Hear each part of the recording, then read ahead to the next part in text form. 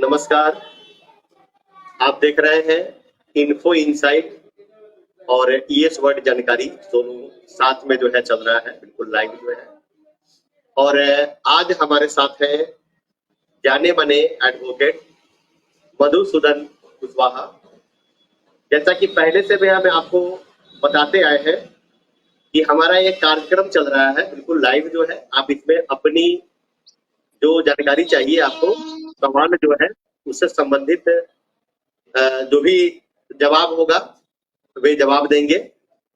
तो बिल्कुल ये लाइव कार्यक्रम चल रहा है। हालांकि ये कार्यक्रम हमारा 4 बजे से शुरू होता है, लेकिन किसी तकनीकी कारण से थोड़ी देर विलंब हुई हमें। तो सबसे पहले मधुसूदन जी, आपका स्वागत है हमारे इस कार्यक्रम में। जी, बहुत बहुत धन्यवाद। आवाज बढ़िया मिल रहा है मधुसूदन जी? जी सर, सुनाई दे रही है। हाँ, चलिए। तो आज जो हमारा विषय वस्तु है, थोड़ा सा हमने नाम भी रखा है इसका, कानूनी दाव पेच। अगर साधारण शब्दों में कहें तो कानून से संबंधित जानकारी को लेकर के है, लेकिन इसका हमने रखा है कानूनी दाव पेच। बहुत सारे ऐसे लोग हैं जो भटकते हैं कि अगर किसी तरह की गलती हो गई है या अनजाने में कोई क्राइम हो गया है या अनजाने में कुछ ऐसा हो गया है जिसके वजह से उन्हें थाना का चक्कर या कोर्ट का चक्कर लगाना पड़ता है। तो इन्हीं से संबंधित जानकारियों के लिए हम साथ में लेकर आए हैं मधुसूदन जी को। सबसे पहले मधुसूदन जी, कॉलर तो बाद में जुड़ेंगे, पहले हम एक सवाल आपसे जानना चाहते हैं। पहले आप छात्र नेता थे, जैसा कि हमें याद आ रहा है। ऐसा कोई आपका ये था जिसके आप छात्र नेता थे, लेकिन अचानक से वकालत का कैसे आपको ये सूझा कि आप वकालत में आ गए और वकील बन गए? हाँ, छात्र नेता का तो रहा है। हम 10 सालों की अपना जीवन जो है छात्र जीवन शुरू किया है। हुआ ये था कि जिस दौर में हम स्टूडेंट थे, उस दौर में नीतीश जी और भाजपा की सरकार थी, और आज का भी तो दौर वही है, कुछ बदला विशेष नहीं है। छात्रों पर लगातार कहीं लाठी चलती थी, गोली चलती थी, और उनके अधिकारों पर हमला किया जाता रहा है।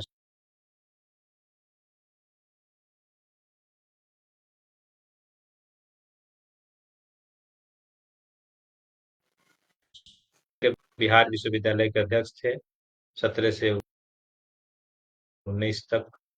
उससे पहले ऐसे में जो है कार्यरत थे आपके घोड़ासहन में भी। हमने देखा है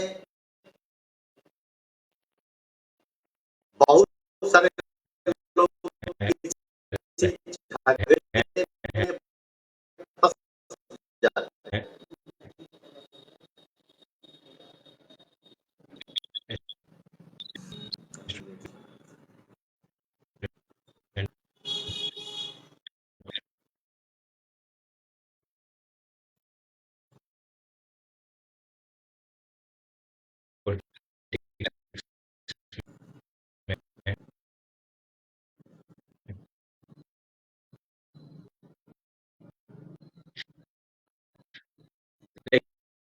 लेकिन अभी तो स्टूडेंट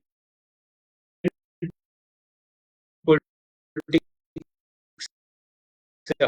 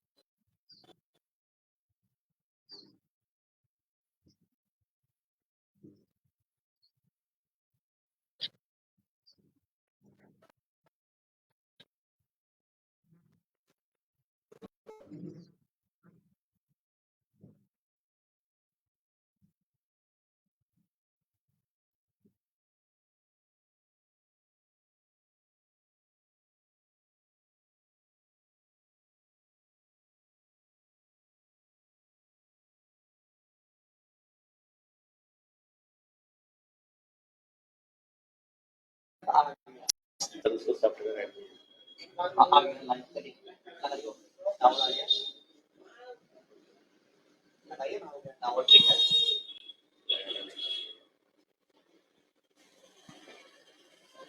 हेलो मधुसूदन जी।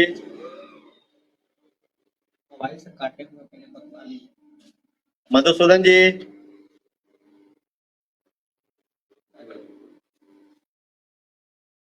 यहाँ पहले भगवान ले उसके बाद बहुत किए हुए है वो।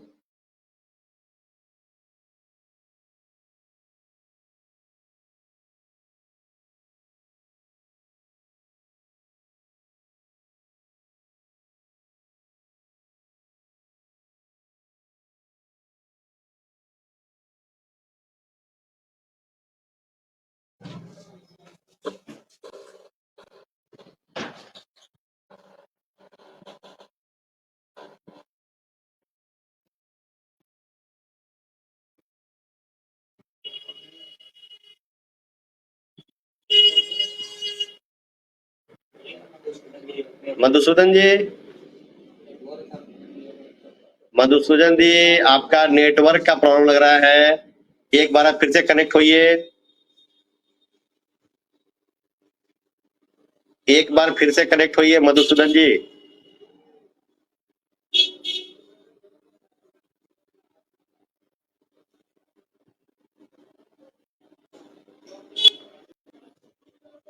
मधुसूदन जी, एक बार फिर से कनेक्ट होइए। हाँ भेजिए।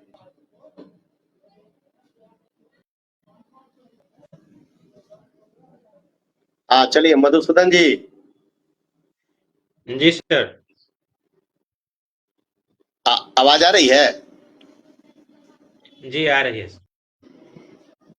हाँ चलिए, तो हम ये बता रहे थे कि जैसे मान लीजिए किसी से झगड़ा हो जाता है, विवाद हो जाता है, तो उसको कानूनी प्रक्रिया से गुजरना पड़ता है। आम जनता ऐसे में क्या करे?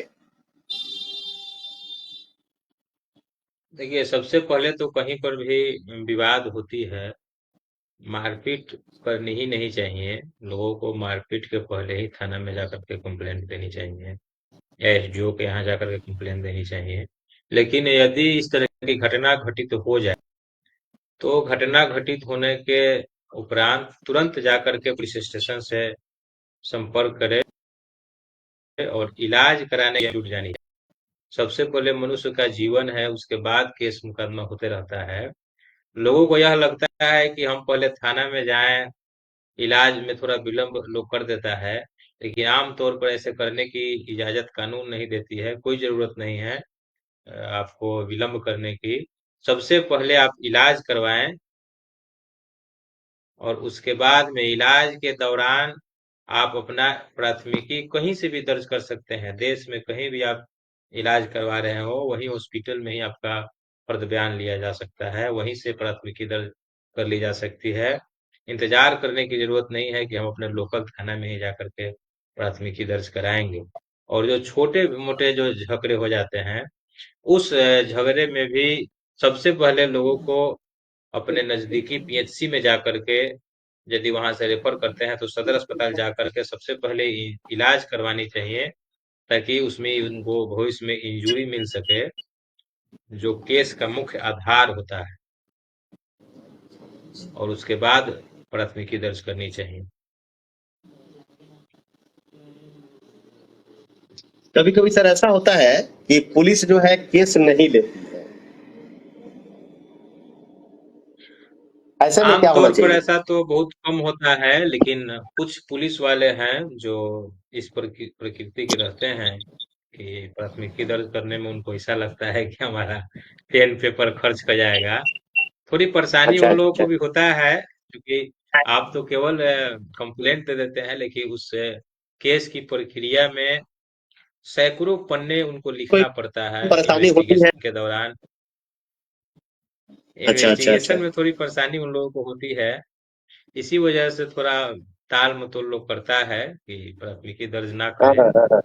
आमतौर पर ऐसे पुलिस वाले बहुत कम हैं, लेकिन कुछ लोग अच्छा। आज भी हैं। हालांकि उससे डरने की जरूरत नहीं है। यदि आपको प्राथमिकी दर्ज करनी है कोई पुलिस वाला नहीं ले रहा है प्राथमिकी, तुरंत उस जिले के एसपी से मिलना चाहिए, वहां आवेदन देना चाहिए। यदि वहां भी नहीं सुना जाता है तो उसी आवेदन को डाक से भेजिए थानाध्यक्ष के पास भी और पुलिस अधीक्षक के पास भी। यदि आप हमने वकीलों के पास आइए, कोर्ट में कंप्लेन केस कर सकते हैं। केस में ऐसा नहीं है कि आप थाने में केस कीजिए या कोर्ट में केस कीजिए, दोनों में परिवर्तन हो सकता है, ऐसा कुछ नहीं है। दोनों केस समान रूप से चलती है। इसमें है कि पहले इन्वेस्टिगेशन होगा, उसके बाद लोग कोर्ट में सबमिट करता है। कोर्ट में केस करने के बाद पहले ही आपका गवाही कुछ गुजर जाता है, बाद में क्रॉस वगैरह होगा, डायरेक्ट समन और वारंट जाता है। लोगों को लगता है कि कोर्ट में केस करेंगे तो हम पीछा पड़ जाएंगे, ऐसी कोई बात नहीं है। दोनों केस समान रूप से चलती है, घबराने की जरूरत नहीं है पुलिस वाले से केस नहीं लेने पर। अच्छा सर, एक चीज और होता है, बात चल रही थी हम लोगों की कि कोई थाना वाले केस नहीं लेते हैं। हम यह जी जानना चाह रहे हैं कि आखिर केस में क्या होता है। जैसे मान लीजिए एफआईआर हो जाने के बाद में केस में होता क्या है? देखिए, प्राथमिकी दर्ज होने के बाद में सबसे पहले की जो प्रक्रिया रहती है, पुलिस उस प्राथमिकी को किसी न किसी थाने के पदाधिकारी को सौंपती है अनुसंधान के लिए। जो उस थाने के ठीक है। थानाध्यक्ष होंगे वो किसी पुलिस वाले को अनुसंधान के लिए सौंपेंगे। उस केस में अनुसंधान में प्रक्रियाएं हैं, जाकर के घटनास्थल का निरीक्षण लोग करता है, घटनास्थल का जिक्र करेगा, क्या झगड़ा झंझट हुआ, क्या विवाद हुआ, उसके बारे में सब लोगों से बयान लेता है। बयान लेने के बाद में उसका सुपरविजन होता है। यदि कोई झूठा केस कर दिया हो तो जाकर के पुलिस के जो वरीय पदाधिकारी हैं, जो यहाँ अपने क्षेत्र में तो छावड़ादान में इंस्पेक्टर साहब हैं, वहां जाकर के सुपरविजन के लिए करता है। कुछ जो संज्ञेय अपराध हो, उस तरह के मामले में जो गंभीर अपराध है उसमें डीएसपी साहब सुपरविजन करते हैं, एसपी भी करते हैं रिपोर्ट वगैरह के लिए। सुपरविजन रिपोर्ट सब आकर के केस के डायरी में लगता है, और वह सभी जो भी सुपरविजन में जो रिपोर्ट आएंगे सभी को एकत्र करके, यदि अब नए कानून में तो बहुत बदलाव हुए हैं, पहले तो लोग बहुत सारा लेट फेट करता था लोग चार्जशीट वगैरह करने में, लेकिन अब के दौर में 90 दिनों के अंदर गंभीर मामलों में और छोटे मोटे मामलों में 60 दिन के अंदर उनको चार्जशीट करके कोर्ट में सबमिट कर देना है, ताकि केस की में जो पहले विलम्ब होता था, 20 साल 30 साल जो केस चलते थे, उस तरह की अब केस ना चले। इसके लिए बहुत बदलाव हुआ है। कोर्ट में आता है, फिर केस चार्ज होगा, जो चार्जशीट करेगा उसमें कोर्ट संज्ञान लेगा। कोर्ट संज्ञान लेने के बाद जो है उस केस को चार्ज करके ट्रायल लोग फेस करेगा, उसमें गवाही गुजरेंगी। उसको हम लोग जो भी गवाही लोग देता है उसमें झूठ साच लोग तोड़ मोड़ करने का काम वकीलों का लोग होता है, वकील साहब लोगों का। जो झूठ बोलता है लोग उसको पकड़ने का काम हम लोग करते हैं कि क्या झूठ बोल रहे हैं। उसके बाद न्यायाधीश के द्वारा केस में फैसला सुनाया जाता है। चलिए, बढ़िया दिख रहे हैं। कुछ तकनीकी प्रॉब्लम आती है नेटवर्क को लेकर, जो है महसूस आ रहा जी है। सर। कुछ तकनीकी का करके हम वीडियो बढ़िया से दिखा नहीं पा रहे हैं। अ,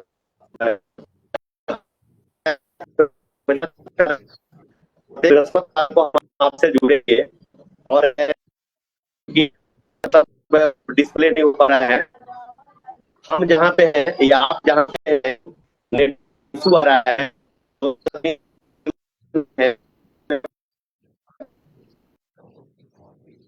जी, जी ठीक है सर, धन्यवाद। फिर भी नेटवर्क की प्रॉब्लम के कारण हम इसको आगे नहीं बढ़ा पा रहे हैं। तो हमारा प्रयास है हम उसमें आगे।